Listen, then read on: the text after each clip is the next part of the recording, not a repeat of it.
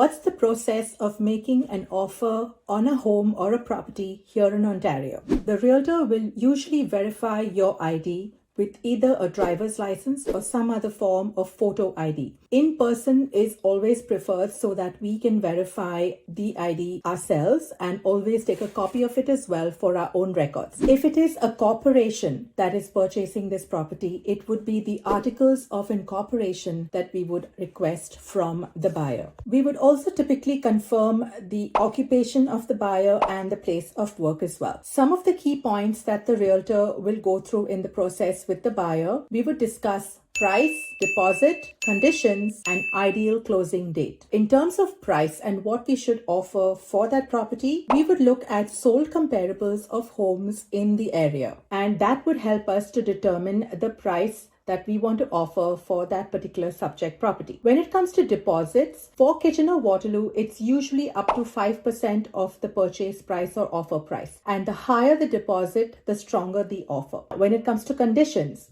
if it's a hot market, we have seen in the past that the offers that were coming in were without any conditions. But in a market that it is in right now, where you have the opportunity to put conditions on some of the offers, we would advise that you look at financing or inspection, and we would discuss the risks and the benefits of putting these conditions within the offers. The other key factor, of course, would be ideal closing date. Now, the seller would have their own ideal closing date, and the buyer, of course, would have a closing date in mind as well. And the realtor would then discuss and decide what would be a closing date that would make sense. It's typically within 30 to 60 days or 30 to 90 days of the purchase date. This is Andrea. Follow me for more real estate tips.